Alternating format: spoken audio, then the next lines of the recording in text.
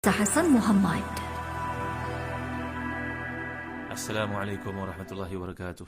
Alhamdulillah wassalatu wassalamu ala Rasulillah. Innal hamdalillah nahmaduhu wa nasta'inuhu wa nastahdihi wa nastaghfiruh wa natubu ilayhi wa natawakkalu alayhi wa na'udzu billahi min shururi anfusina wa sayyiati a'malina. May yahdihillahu fala mudilla lahu wa may yudlil fala hadiya lahu. Allahumma salli wa sallim wa barik ala Muhammad wa ala ali Muhammad kama sallaita wa sallamta wa barakta ala Ibrahim wa ala ali Ibrahim fil alamin innaka Hamidum Majid. Amma ba'd. Sila rujuk pada tafsir Ibn Katsir jilid yang ke-8 pada muka surat ke-12.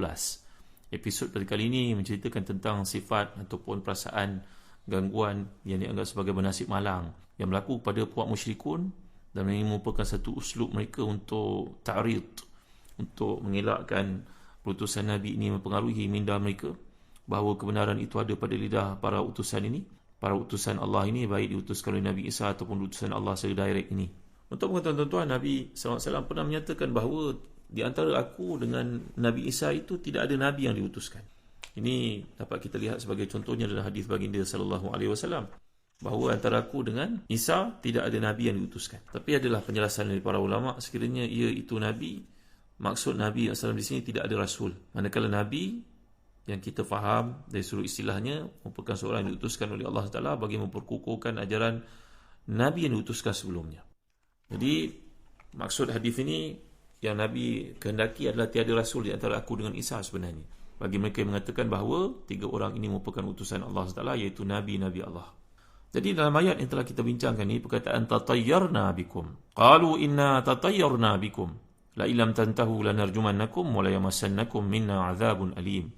Qalu ta'irukum ma'akum a in dzukirtum bal antum qaumun musrifun. Mereka menjawab, sungguhnya kami bernasib malang kerana-Mu. Sungguhnya jika kamu tidak berhenti menyuruh kami, nescaya kami akan merejammu dan kamu pasti akan mendapatkan seksa yang pedih dari kami. Utusan-utusan itu berkata, kemalangan itu adalah kerana kamu sendiri. Apakah jika kamu diberi peringatan, kamu mengancam kami? Sebenarnya kamu adalah kaum yang melampaui batas. Ini gaya bahasa Arab. Perkataan rajam disebut oleh para ulama tafsir, oleh ahli tafsir, mufassirun, kebanyakannya mengatakan bahawa bila merujuk perkataan rajam ini bunuh. Perkataan ta'irukum ini seperti yang telah saya huraikan kepada tuan-tuan dalam kuliah yang lalu, dia adalah satu isim fa'il, iaitu matara lakum min khairi wa syari fa'abbara anil hadhi wa nasib. Kata Imam Al-Asfani dalam tafsirnya Al-Mufradat itu, bahawa perkataan ta'ir ini merujuk kepada apa yang berlaku keliling kita, baik ke buruk ke, maka ia merujuk kepada nasib seseorang sekali telah ditetapkan oleh Allah Subhanahu Wa Taala. Itu sebab Allah menyatakan wa kullu insanin alzamnahu ta'irahu fi 'unuqih, bahawa setiap manusia itu telah pun terletak pada dirinya, telah pun ditetapkan nasibnya di sisi Allah. Seolah macam burung yang kita tidak perasan ada di atas kita, tapi dia ada, maka itulah nasib yang telah ditetapkan, sehingga digunakan dalam bentuk isti'arah di sini seolah kalung yang terlekat di leher, tak dapat nak tanggalkan. Maka berkata Zamakhsyari dalam tafsirnya, perkataan yang digunakan di sini tatayyarna daripada perkataan ittayyar at-tuyurukum.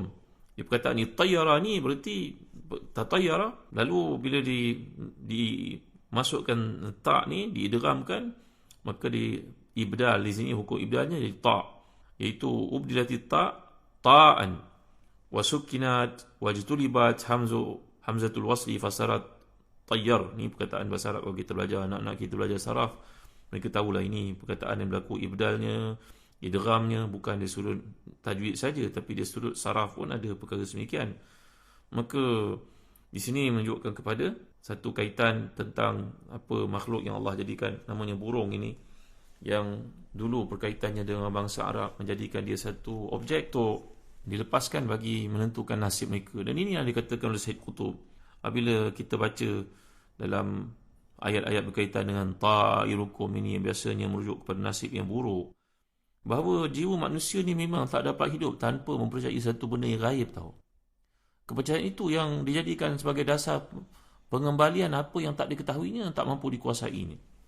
Maka si kafir lebih dahsyat lagi, kerana ada nombor-nombor tertentu yang tidak dipersetujui untuk digunakan. Kita beli bangunan sebagai contohnya rumah, kedai, beli rumah pengsapuri, nanti kita naik lift tu 1, 2, 3, 3A, 5, mana pergi nombor 4 ataupun nombor 13. Kerana kepercayaan bagi orang yang tidak beriman ini, orang kafir ini, oleh kerana dia tidak ada perkara gaib yang bersifat jitu seperti yang diajar oleh Al-Quran, diajar oleh akidah Islam untuk kita, Maka dia mengembalikan perkara seperti itu kepada satu kawasan berfikir yang menyusahkan dirinya sendiri sebenarnya. Sedangkan bagi orang yang beriman, dia mengembalikan perkara-perkara semikian itu kepada Allah SWT. Dan dia merasakan Allahu a'lam bimuradihi, ini Allah SWT punya ketetapan, aku terimalah ia sebagai seorang Muslim, bahawa ketetapan Allah dah ada pada perkara-perkara semikian. Kematian itu kenapalah isteri yang mati bukannya suami, itu semua bukan urusan itu aku serahkan kepada Allah SWT. Maka si kafir ini akan menjadikan perkara-perkara tersebut asas kepada khurafat dan juga waham, iaitu benda-benda yang dia tidak nampak, yang dia tak boleh nak kontrol dengan akalnya. Maka dia nak menjawab kemunculan idea-idea seperti itu dalam dirinya, dalam batinnya, dalam fikirannya. Maka itulah sebabnya dia menghindari perkara-perkara tertentu. Tak boleh lalu bawah tangga contohnya, tak boleh ada angka-angka tertentu, tak boleh nampak kucing hitam di hadapan. Kalau ada setengah-setengah lebih teruk lagi, kalau makan tu mesti ada pembaziran sikit, mesti dibuang sikit di hujungnya. Kenapa tak tahu ini untuk makan dewa-dewa dan sebagainya. Jadi inilah benda-benda yang tidak masuk akal. Oleh kerana fitrah manusia ni tadi memang ada satu area, satu kawasan yang menyebabkan dia terpaksa mempercayai perkara gaib. Jadi perkara gaib itu tidak ada landasan untuk dia berfikir. Sedangkan kita orang Islam ada perkara-perkara tersebut jawapannya di sisi Allah Ta'ala. Kalau kita tidak mengetahuinya, maka kita menyerahkan kepada Allah Subhanahu Wa Ta'ala. Jadi hakikat fitrah manusia ni memang selalu dahagakan kepada keimanan sebenarnya. Dia tak dapat mengabaikan. Sebab itu yang saya kaitkan dengan tuan-tuan, bila Rasulullah SAW mengalami satu situasi yang tidak tenang, Nabi SAW ni sentiasa mengatakan kebaikan. Contohnya, bila Nabi menjumpai seorang dalam perjalanan peperangan, maka Nabi tanya, kau dari mana? Orang Arab yang belum Islam itu berkata, saya daripada kabilah Aslam. Ini satu kabilah yang terletak dekat semenanjung tanah Arab, namanya kabilah Aslam. Maka Nabi kata, kita akan selamat. Tengok tuan-tuan, ada seorang sahabat yang mulia bernama, nama asalnya Hazan, bukan Zahazan ya, Hazan, datang berjumpa dengan Nabi SAW. Maka budak kecil ini, pemuda ini, Nabi tanya, nama kamu apa? Maka Nabi menukar namanya menjadi Sahal bin Sa'ad As-Sa'idi radhiyallahu an. Maknanya di situ, tafa'alu bil khairi tajidu. Kenapa engkau tak fikir yang baik-baik? Bila engkau fikir yang baik, engkau dapat insya-Allah. Maka Nabi telah menukar nama sahabat ni pada kesedihan, tukar kepada kesenangan. Sahal bin Sa'ad As-Sa'idi radhiyallahu an. Kalau kita baca dalam kisah para sahabat, contohnya kitab Al-Isabah, contohnya kitab yang berkaitan dengan kisah para sahabat ini, Uzdul Ghaba, kita akan bertemu nama Sahal bin Sa'ad ni seorang sahabat yang bukan saja faqih, alim, beliau juga seorang yang sangat berjaya dalam hidupnya. Dan kesenangan yang Nabi doakan untuknya bernama Sahal itu tuan-tuan, Sahal bin Sa'ad Sa'idi, dia berniaga berjaya. Kesan daripada nama yang baik yang merujuk pada tafa'ul ni tadi, kita sangkalah yang baik-baik, baik sangkalah dengan Allah. Itulah darjat yang paling rendah dalam bab berbaik sangka dengan Allah, untuk melihat apa sahaja keliling kita, kita sangkakan yang baik-baik. Di samping waspada itu perlu adalah. Sehingga diceritakan untuk tuan-tuan Sahal ini, kerana Nabi telah menukarkan namanya sedih kepada nama kebaikan tadi, Sahal. Maka samalah dengan Suhail bin Amr ketika datang berjumpa dengan Nabi dalam peristiwa Hudaibiyah. Dia wakil kepada pihak musyrikin yang minta supaya dibuang perkataan Ar-Rahman Ar-Rahim daripada nama-nama catatan perjanjian tersebut, dan dibuang Muhammad Rasulullah untuk dijadikan Muhammad bin Abdullah. Ini Suhail, Nabi ketika datangnya berkata, mudah-mudahan urusan kami menjadi mudah dengan sebab datangnya seorang bernama Suhail, kerana Suhail itu namanya Sahal. Sahlun maknanya mudah, macam kita sebut pada orang datang kepada kita, ahlan wa sahlan, jadilah kamu part of sebahagian daripada keluarga kami, dan sahlan, mudahlah bagi kamu dan urusan kamu di sini. Jadi tuan-tuan, Sahal ini sampai dikesahkan mudahnya kehidupan beliau, melimpah ruah rezekinya berkat nama yang ditukarkan Nabi ini tadi, bab tafa'ul, benda-benda yang baik-baik ini. Maka Sahal ini berkahwinnya pemuda. Beliau antara sahabat Nabi yang minal miktharin, antara sahabat-sahabat Nabi yang paling banyak isterinya. Bukanlah kita ceritanya untuk satu benda lawak jenaka tuan-tuan ya.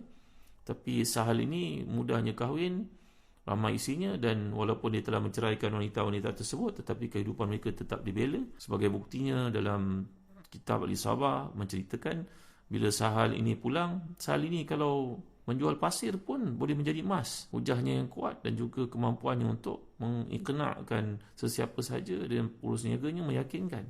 Dia tidak menipu. Tapi kalau dijual pasir pun dia jadi hartawan. Kayanya beliau, Sahal bin Sa'ad ini. Sehingga bila beliau pulang ke Madinah, beliau berjaya berniaga di Basrah, tempat-tempat lain. Maka dia pulang ke Madinah untuk umrah dan sebagainya di Mekah dan singgah di Madinah. Maka bekas-bekas isteri Sahal ini menantinya di jalanan. Kunna yurahibna bihi, sehingga mereka duduk untuk mengucapkan ahlan wa sahlan kepada Sahal, menunjukkan betapa hubungan itu kekal baik walaupun telah berpisah. Kita menceritakan salah satu bab daripada kehidupan Nabi kita, bagaimana nama yang baik itu satu bab tafa'ul sebenarnya.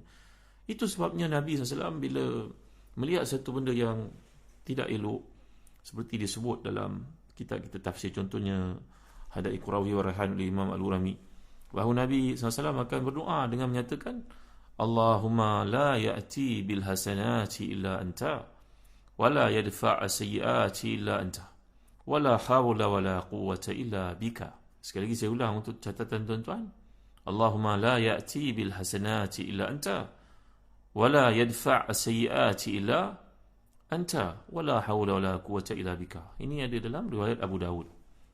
Itu juga dalam riwayat Imam Asy-Syaukani ada perbezaannya dalam Tuhfatul Zakirin, iaitu doa Nabi ini, Allahumma la ya'ti bil hasanati illa anta, wa la yazhab bis sayyiati illa anta, wa la hawla wa la quwwata illa bika. Apakah maksudnya?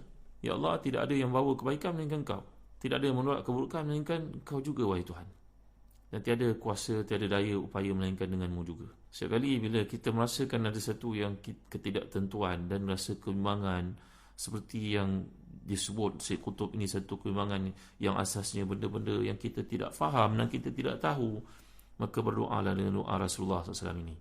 Baik, jadi biasanya golongan yang kafir, yang tidak beriman ini, kepercayaan benda yang bersifat tidak jelas, benda yang bersifat mahalang, kesialan itu kerana dikaitkan dengan perkara-perkara yang tak boleh nak cari penjelasan. Maka bila berlaku kemarau pada zaman perutusan 3 orang Nabi ini, mereka telah menyatakan ini semua sebab kamu lah ni, kejahatan ini sebab kamu, ini kemarau yang berlaku ni sebab kamu bertiga lah ni. Sebelum ni kami hidup aman damai, seronok, bumi yang kami tanam padanya pokok subur, perniagaan kami makmur, mengapa kamu datang bawa benda ini semua ya? Jadi biasanya perkara sifat malang ataupun sihal ini menurut dugaan mereka ada kaitannya dengan satu yang mereka benci. Jadi sedangkan kebetulan itu dengan berkaitan dengan perkara yang mereka suka. Kalau berlaku dunia perniagaan masuk, bumi subur, anak-anak lahir, orang semua hidup mewah, serba-serba cukup, maka mereka kata itu kebetulan.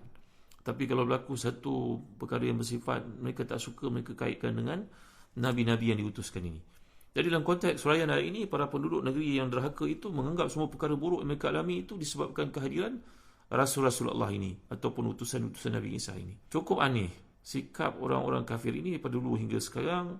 Bila melihat satu yang positif, maka mereka mengatakan ini kebijaksanaan saya, ini kepandaian saya. Kalau anak itu berjaya di peringkat sekolah, dia kata ini pandai dia mendidiknya. Tapi kalau anak itu mengalami masalah dalam pelajaran, dia akan tuduh cikgu ini yang jahil, cikgu ini yang tak pandai menguruskan anak-anak muridnya, cikgu ini yang tak menguasai psikologi, pedagogi dan sebagainya. Maka itulah sifat manusia sebahagiannya, tuan-tuan rahmati dan dikasihi sekalian.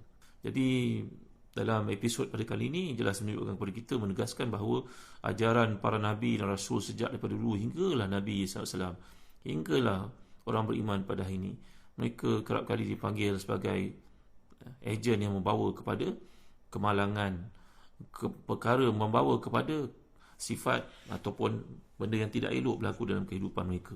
Sifat-sifat hati dan dikasihan. Itu sebab Nabi kita SAW suka kepada, bila dalam keadaan-keadaan tersebut berdoa kepada Allah Taala, mohon kepadanya juga untuk menghindari perasaan-perasaan sedemikian. Dan ini merupakan perbezaan antara si mukmin dan juga si kafir. Mukmin beriman dengan qada dan qadar kepada Allah Taala, sedangkan si kafir menolak dengan alasan ia tidak selari dengan tuntutan hawa nafsu mereka. InsyaAllah dalam kuliah akan datang saya akan huraikan lebih lanjut lagi tentang apakah penghujung kisah dakwah yang dibawa oleh Rasul ni dan penyertaan Habib An-Najjar, apa yang berlaku kepada mereka. Wallahu a'lam. Sallallahu ala sayyidina Muhammad wa ala alihi wa sahbihi wasallam. Walhamdulillahi rabbil alamin. Wa barakallahu fikum. Wassalamu alaikum warahmatullahi wabarakatuh.